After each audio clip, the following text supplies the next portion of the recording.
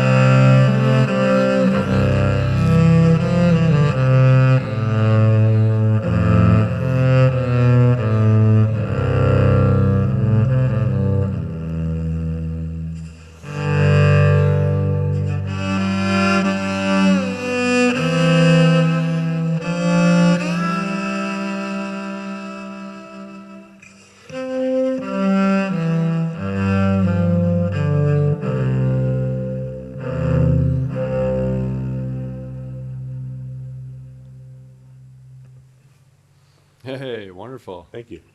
Puts me right in the mood for the holidays. I'm glad. All right. Christmas, I feel like, started right after Halloween for some people. I know. It's earlier and earlier every year, of course. True.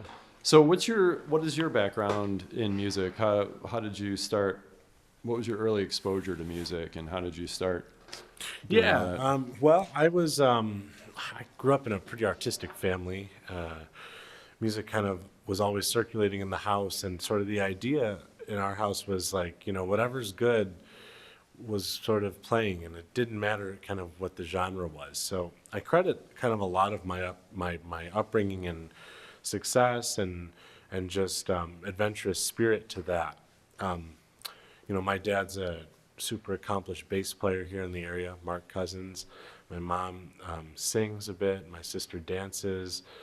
Like I said, we just kind of there's such a deep love of music, and even to this day, I mean, we, regularly when we get together, we listen to a lot of music and talk about the art. My sister, like I said, is an amazing dancer in her own right, and currently lives in Toronto and trains like just about 5 nights a week. Wants to go and end up auditioning for Broadway. But yeah, and my dad is super active here. Mom needs to sing more, So Mom, if you're watching this, keep singing, But yeah, that's kind of our. So how did you pick the cello? Was it a result of your dad's bass playing, or? Well, funny, I was a bass player first, and then so I started playing bass when I was 10, and for a couple reasons. One, it was just kind of offered, which is amazing to think, like, had my parents not just had randomly said the one day, "Do you want to play bass?" I don't, I don't sometimes know if a lot of this would have happened. It's just amazing how timing is so amazing, perfect in life. I always say, like, you kind of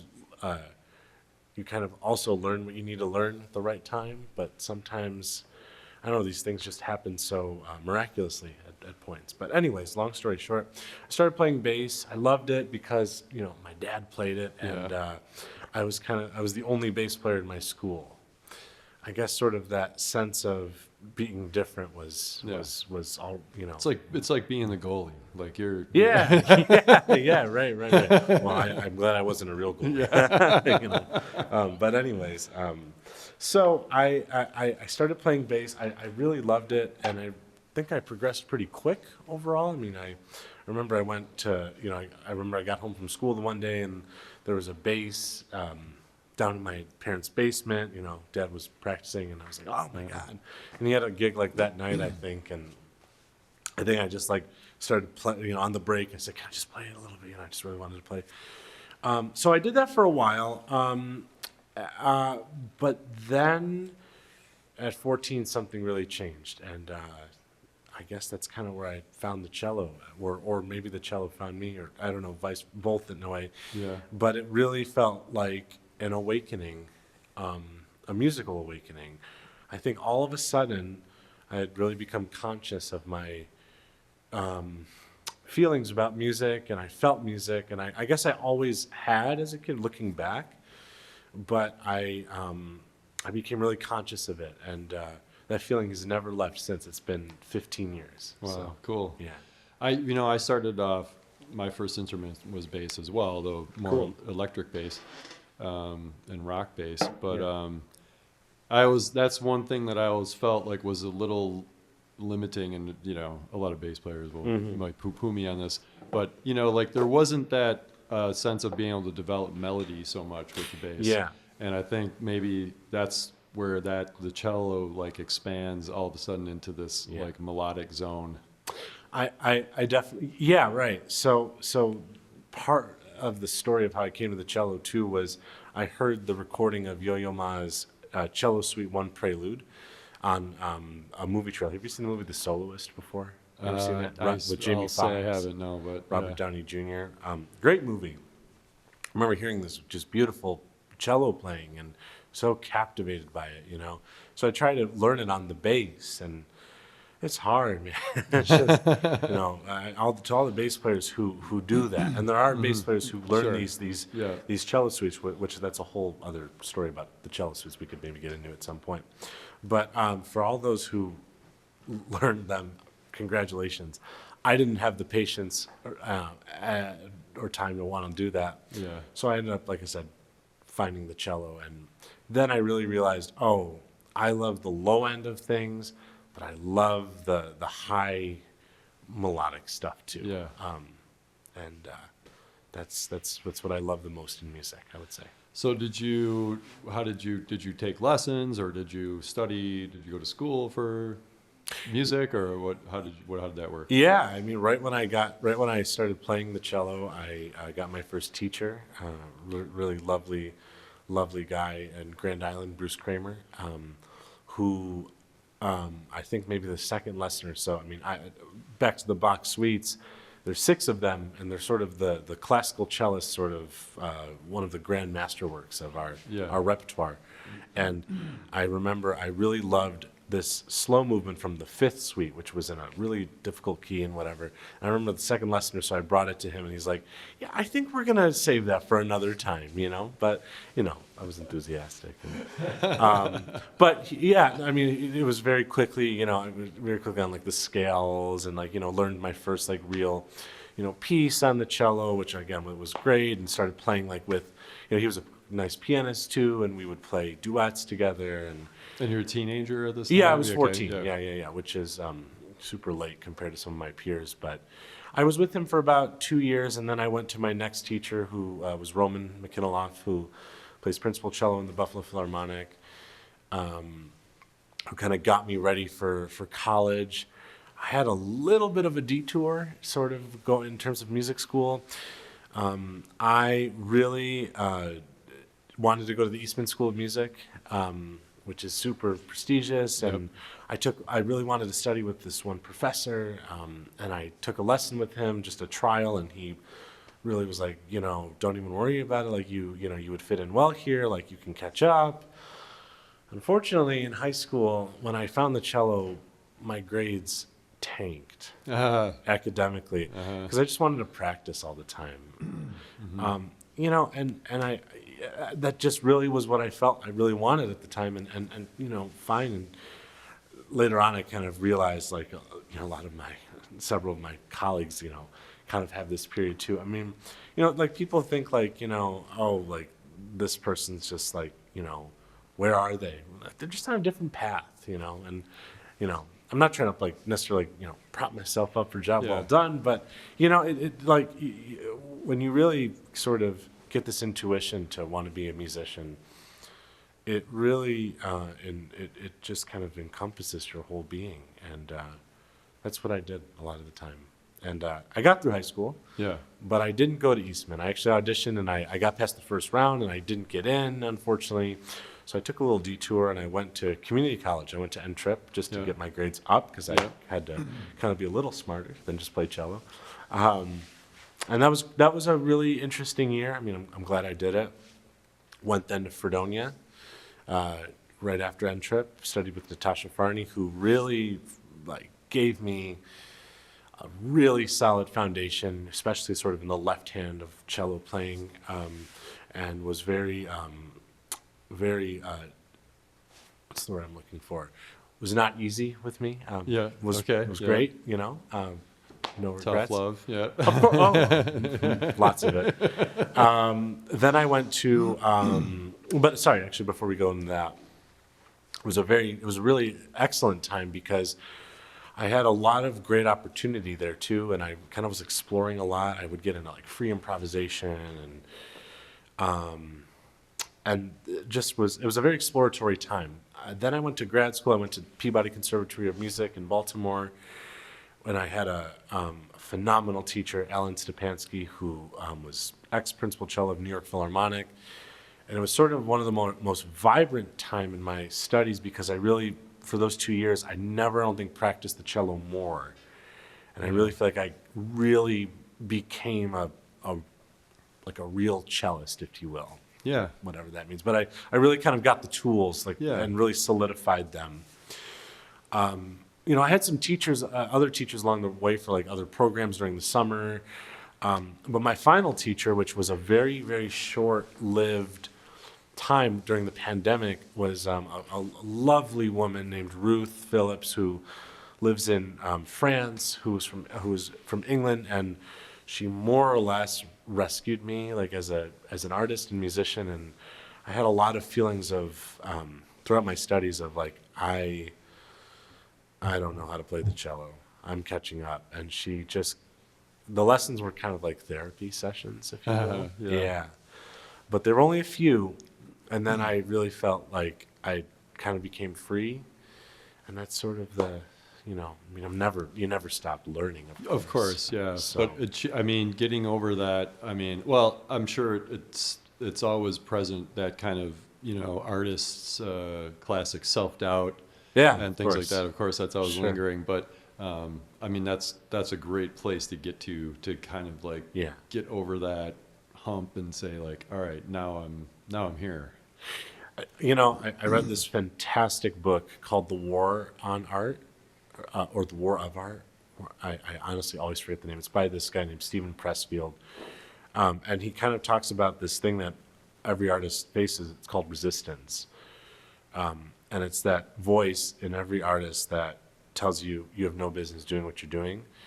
And I think that voice is because I personally believe there's a force that maybe doesn't want us human beings to succeed to our fullest potential. It's that inner critic, if you will, or just that voice that says, don't even bother. Yeah. I think that voice is really strong for artists because what we bring into the world is incredible at times, and can be very healing and very telling.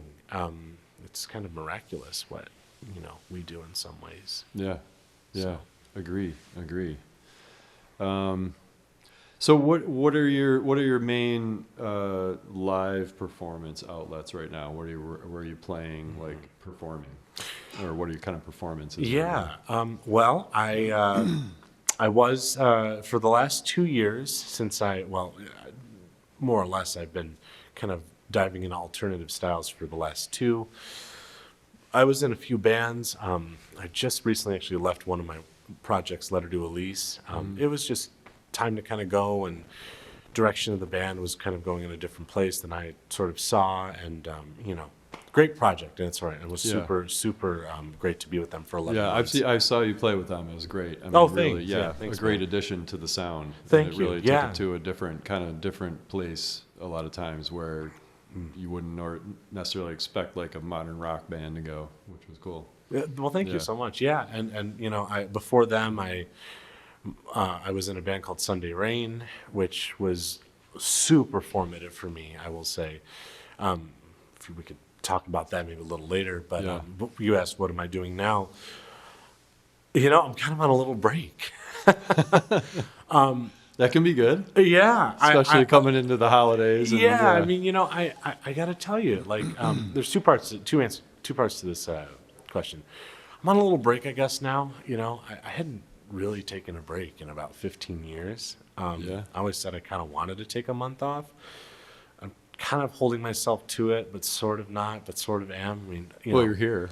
I'm here. Yeah, well, yeah, right. No, I'm here, and I'm happy to be here. And I was just in a session last weekend. Yeah. I guess it had just been kind of a train of whether I was in Sunday Rain. I was also in the band called PA Line, which I still guest with once in a while. And it was always just kind of this with Sunday Rain, it was writing new music and doing this and doing this show, and and then PA Line was like, let's do this, these thing, and it was just kind of this always doing something in a band, and it's kind of nice to just have a second to breathe. But something that I'm really excited to announce is that probably in the beginning part of the new year, I mean, we'll see obviously with what kind of booking we can get, but I'm actually going to start my own project. Cool. Which is going to feature the electric cello and sort of about 50 to 40 years worth of music. And the idea is that we start, with kind of some like classical stuff, and then we go into some Latin stuff, all the way up to Billie Eilish, Harry Styles, to Amy Winehouse, and it's all going to really have the cello as a prominent voice. Sergio Mendes too. Yeah. And I'm really excited for that. I really, part of my process of sort of bringing things to life is I have to sort of envision it first and intuit it before I always kind of say, like, you need a dream first, and then you need to sort of pull the ladder down from the dream cloud. Mm-hmm. And that's kind of what that's like that. Yeah. And I guess right now we're kind of at a stage where it's like, okay, we got to finalize the arranger, and we got to figure out the arrangements of the song. But I'm really excited for that. It's going to be kind of like an evening with me, and like I said, we're going to go through a whole bunch of different styles, and hopefully there'll be something for everybody. And my big hope is that people who don't know maybe Masquerade by Sergio Mendes or Harry Styles As It Was, which, spoiler, they might be on the show, that they'll walk away with something that they love. And, I realized sort of early, I guess early on, but then I kind of suppressed it for a while. I realized early on, like, for me as an artist, I am the most satisfied and the most comfortable being like the facilitator rather than more of a sideman. Gotcha. In something. Yeah. I love to, and don't get me wrong, I love to play in people's projects, and I love to do sessions, and I love to be like a guest in people's house. But I really am looking forward to this sort of next chapter. I think it's kind of what I've wanted to do a lot of years. Yeah, so. Well, being the band leader is a completely different experience in the band than being the side guy or whatever. Yeah, right. Yeah. Right. How did you have any trouble like transitioning from, like, let's say the classical or, where you're reading music kind of world to the more like improvisational nature of rock, or or like I don't know. I felt I've had experience where I played with, classical musicians or musicians who came up classical, like trying to wrap their heads around, oh, I can play whatever I want. What do you mean? Right. Yeah. Was that a problem for you, or did you just jump right into that? Well, I guess the short answer is not really. I was, and I go back to sort of the very open-minded upbringing of, especially my father, who, again, who would just show me all this great stuff. And sometimes as a kid, I was like, what is this? Whatever. Yeah. But I think the openness and the idea that like, you need to really, do what you feel and say what you feel inside. Yeah. Was so ingrained in me that I think once I got to school and besides my cello teachers, I had a few very formative mentors who were also professors who really changed my trajectory in terms of being an artist, like for the good. One of them was David Rudge from Fredonia, who, everybody, had an opinion about him. I loved him personally. Mm-hmm. He still is a very dear friend. I haven't seen him in a long time. But he ran a free improvisation course, and that was really fun. I think the defining any musician who wants to improvise, just recognize that there's only 12 notes in our Western system. Mm-hmm. The composers just use those 12 notes in ways that make their music great. They're all here too on the fingerboard, right. And all the steps in between that. I think just having that attitude was very freeing. But I don't know. I just kind of it always felt really very natural. It was a very natural progression. And as I sort of dive into other styles more deeply, I was playing some blues backing stuff before I got here. Just all day today. I've just been having a very chill sort of day. Mm-hmm. But I mean, I would say it came pretty naturally, but I've just kind of wanted to develop it more. Yeah. It's freeing.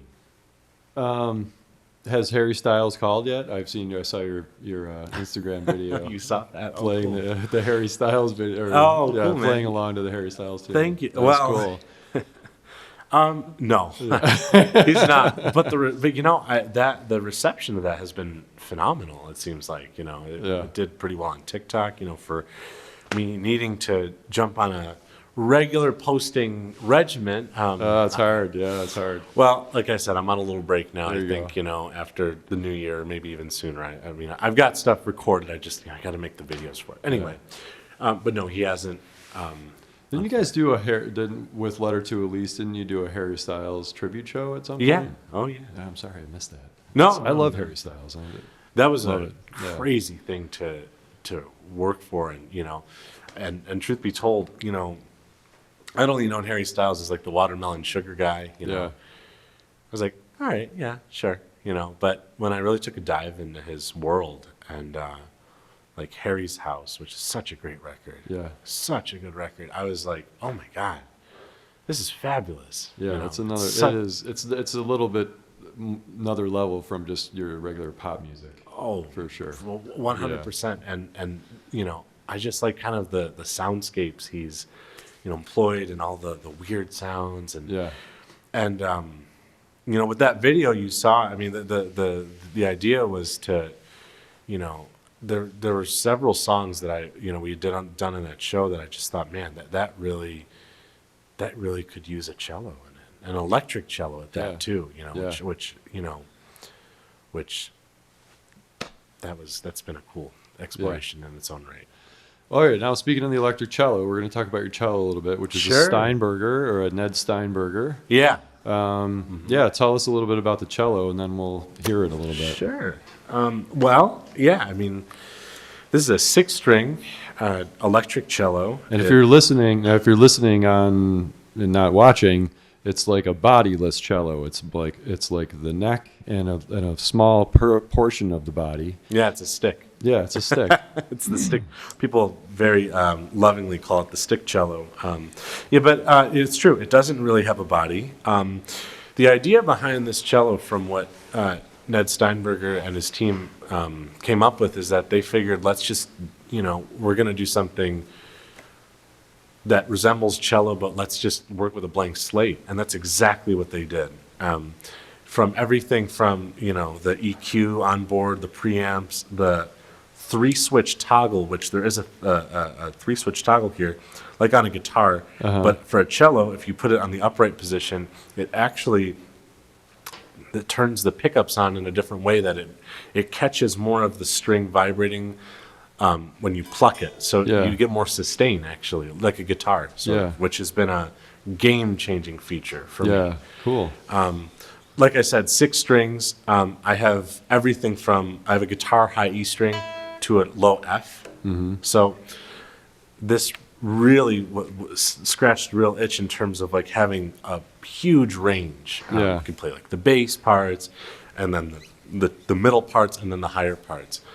The other cool thing is the possibility for chords, very different chords that you just cannot get on a 4-string cello, which, these are really cool cello-centric, chords that are really, really, really fun to play with. As I said, this cello, I was between. He has about 3 or so models, and this is, I think, by far the best one he offers. And sound-wise, it really does show. It's just so. It's such a great basis to work with, and then going into the the Helix, the guitar multi-effects, it's been really cool. That's a really cool combination of that, obviously traditional cello sound, but modernizing it, or taking it to new levels or new directions. Yeah. That was the goal. I mean, and the other cool thing I forgot to mention is that there is a strap, so you can stand with it. Right. And that, I got to tell you, as a cellist, has changed the game fully. Yeah. It is the coolest thing to walk around the stage as a cellist and not sit. Yeah. Though I have to say, this system in its own right, standing with it, just takes time to get used to, because I had bought the cello, I guess 2 summers ago, so 2023. Yeah, I bought it in 2023, and I kind of told myself when I started playing standing up, like, oh, okay, I'm going to give myself like 2 years to really, because it's just different. You've been sitting for 13 years. Sure. Now you're standing. It's like, whoa, the center of gravity is different, but I mean, this cello, what I used to do before this cello is I used to play a Yamaha SVC silent cello, and I used to stand with it too. I bought a strap for it, and always kind of left something to be desired. That cello, this one, really does feel like mine. Yeah. My voice in it. So. Yeah. Awesome. Well, I think we should hear another song. Sure. Let's hear what that beautiful thing sounds like. Okay, sure. Yeah, let's do let's do Jingle Bells. How about that? Sounds good. So, just bear with me one moment. All right.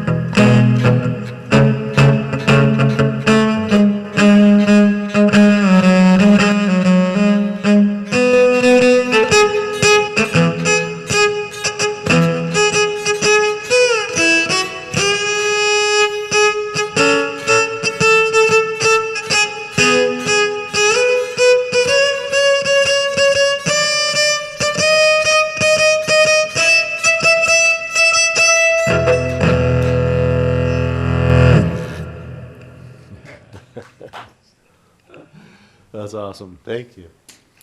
Well, I want to thank you for being here today and appreciate you sitting with us and talking and You bet. playing.